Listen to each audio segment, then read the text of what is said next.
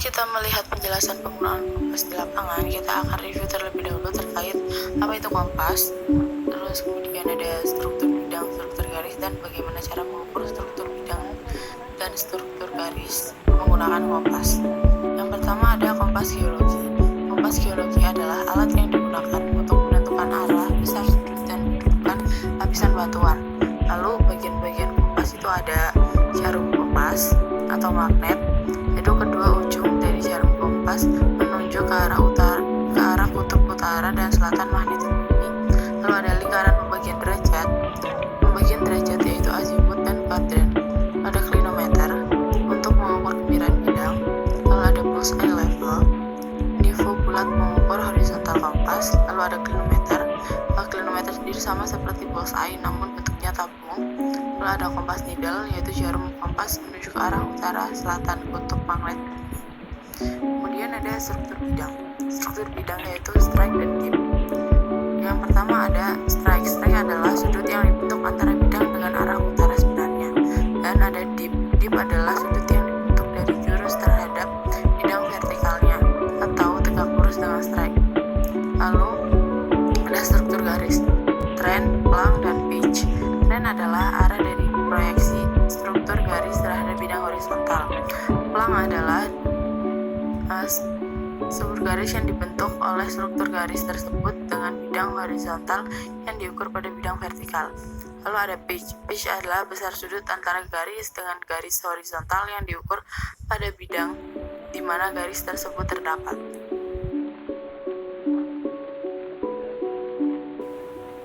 Selanjutnya adalah penjelasan bagaimana menggunakan kompas. Yang pertama adalah pengukuran strike. Pengukuran strike dilakukan dengan bagian sisi kompas sisi A pada bidang yang akan diukur, memastikan bullseye levelnya ada di tengah, kunci dan baca hasilnya, kemudian tandai pada bidang tersebut. Kedua, dip diukur tegak lurus dengan strike atau klinometer sehingga gelembung ada di tengah dan baca hasilnya. Selanjutnya adalah pengukuran trend, dilakukan dengan menggunakan alat bantu seperti bezel pada posisi tegak dan sejajar dengan arah struktur garis. Tempelkan sisi W atau E dengan visir kompas mengarah ke menunjukkan struktur garis. Baca trendnya setelah bullseye level ada di tengah. Selanjutnya adalah plang.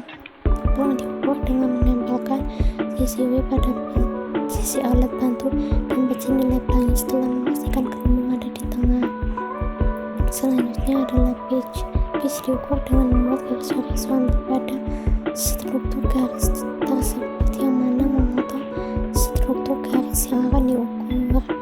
Sudut yang dibentuk oleh garis horizontal dengan struktur garis dengan 7 derajat. Untuk mengukur strike dan dip. Nah, di sini untuk mengukur strike dan dip itu aku menggunakan BCL sebagai alat bantunya. BCL-nya itu diletakkan di perlapisannya. Dan kemudian letakkan bagian is dari kompas ke BCL seperti ini. Lalu kita posisikan bullseye-nya agar berada di tengah. Oke, udah berada di tengah. Kita dapatkan strike-nya itu N 85 derajat is. Kemudian kita mengukur dip. Nah, dip itu diukur tegak lurus dengan strike. Nah, untuk mengetahuinya itu kita menggunakan kaidah tangan kanan menggunakan tangan kiri. Itu berarti strike-nya akan ke sana, dipnya berarti ke bawah. Nah, untuk mengukur dip itu kita menggunakan kompas dan kita letakkan seperti ini. Lalu kita posisikan klinometernya agar berada di tengah.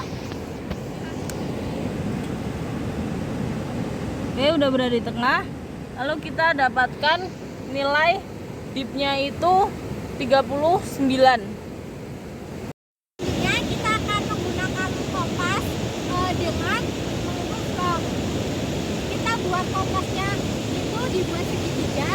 Habis itu kita tentukan objek yang akan kita hitung stoknya, yang mana saya akan menghitung satu perhatikan ya.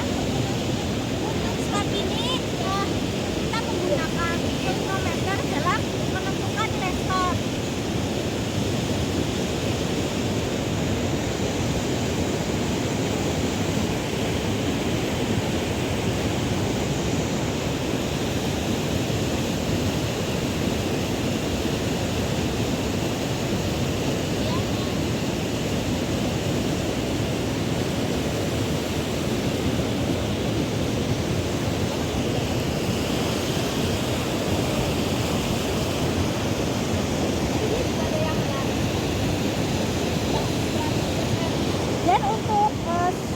azimutnya itu didapat nilainya itu adalah 4 derajat. Selanjutnya kita akan mengukur azimut. Sebelum itu kita tentukan dulu objek yang akan kita tuju.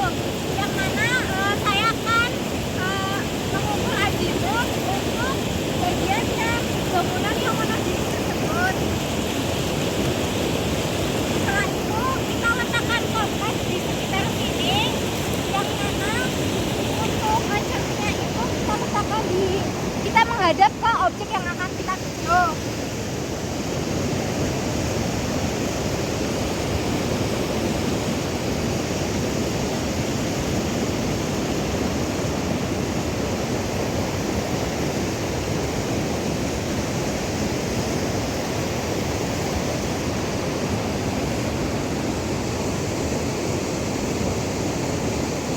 Untuk nilai azimut itu kita tentukan sampai garis airnya itu sampai di tengah, yang mana di sini kita menghasilkan nilai azimutnya itu 56.